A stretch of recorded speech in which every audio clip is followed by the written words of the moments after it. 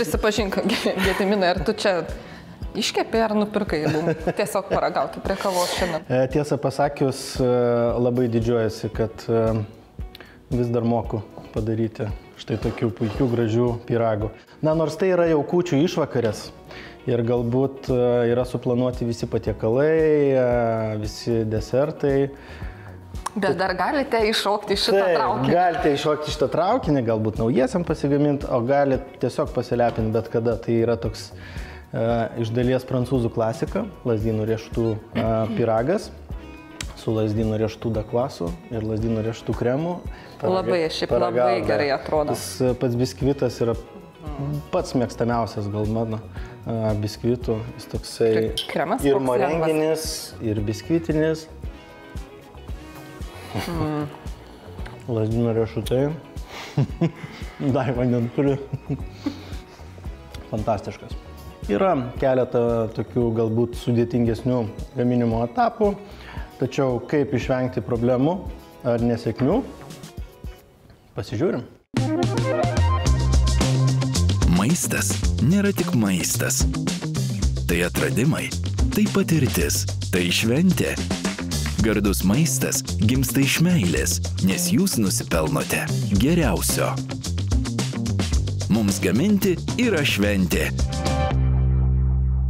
Senai, Gediminai, aš jau su tavim dariau desertą.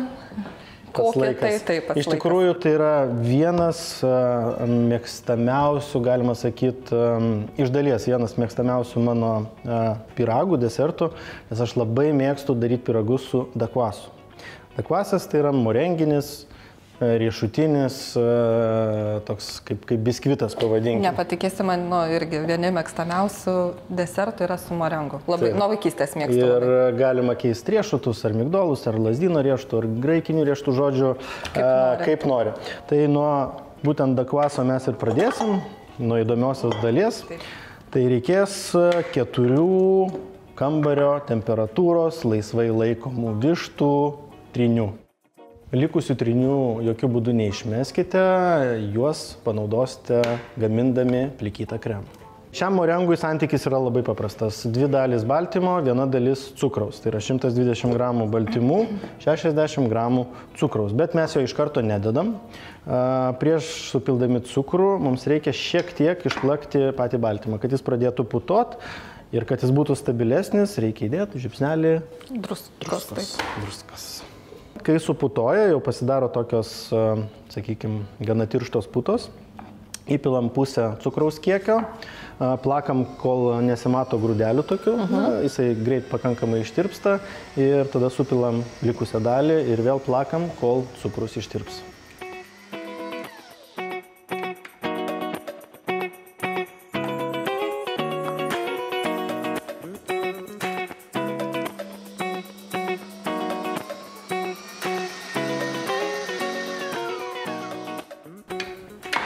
Morengas. Jau pakankamai, taip? Taip. O čia reikia mums išplakti kitokio, kad kaip ten, jeigu pakeli ir jisai nebeišbėga. Ir taip šliopti.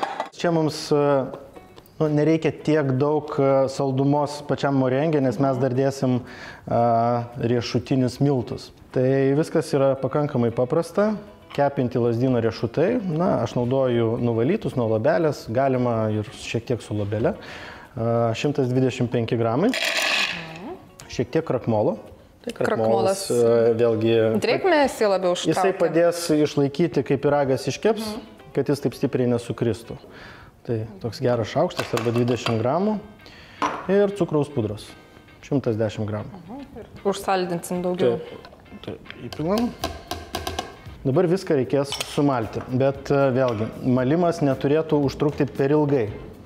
Nes kuo ilgiau malam, tuo labiau užkaista pats riešutas, o kai užkaista riešutas, jis pradeda išskirinėti riebalą. Malant, šiek tiek kratykit arba vartykit, kad tas procesas sumalimo būtų kuo trumpesnis. Gali nepertraukiamai, tiesiog, kad per ilgai nereikia.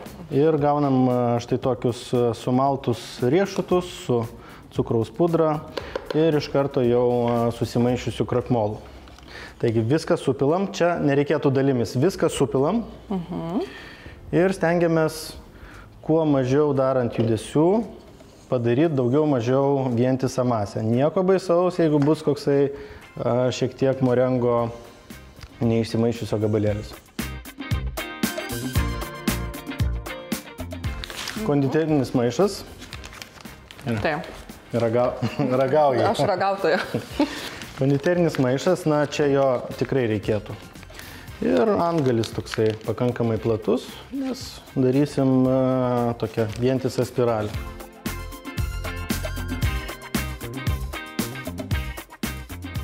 Ir keptą morengą jau, kiek žinau, tai galima iš anksto jį pasiruošti. Taip, jis gali stovėti drąsiai. Netgi patartina, kad jisai pastovėtų bent jau dieną, kad tikrai išorė išdžiūtų gerai.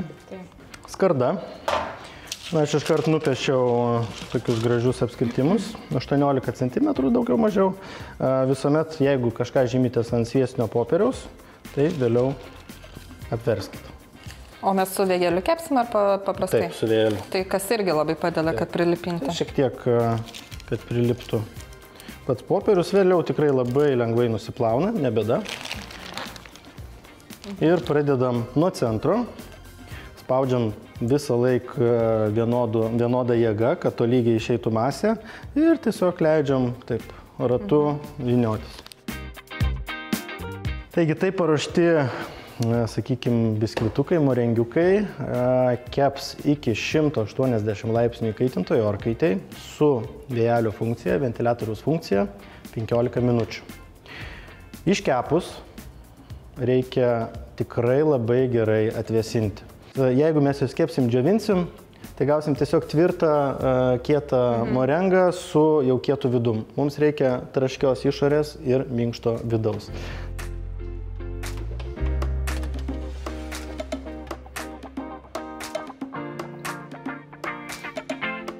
Žodžiu, Daiva, iškepęs jis turi būti. Turėtų atrodyti taip. Taip. Čia mes turim... Atsargiai, būk labai atsargi. Čia mes juos turim du. O, kaip gražiai šitas pusės atrodo. Sraigelės. Jie tokie labai gležni, pavadinkim.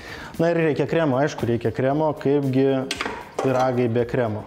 Kremui reikės 150 gramų sviesto, tai čia bus visas sviestas, 150 gramų lazdynų riešutų pastos ir maždaug 150 gramų, na kiek daugiau, gal 200 gramų plikito kremo. Tai iš pradžių reikės išplakti iki purumo būtent sviestą su riešutų pasta. Pamiršau pasakyti, kad sviestas turi būti būtinai kambario temperatūros ir tokio šiltesnio kambario, kad tikrai lengvai išsimaišytų.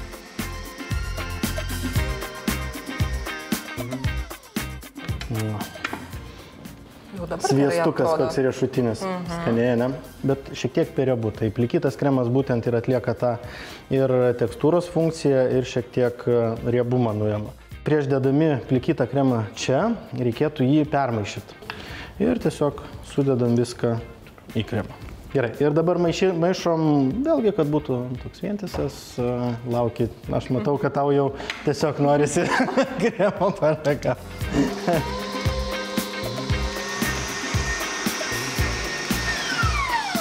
Puikiai. Taip, kremas paruoštas, dabar papuoškim. Tai aš šiek tiek ir tu šiek tiek, gerai? Gerai. Pirmiausia, truputėlį papuošim išorę.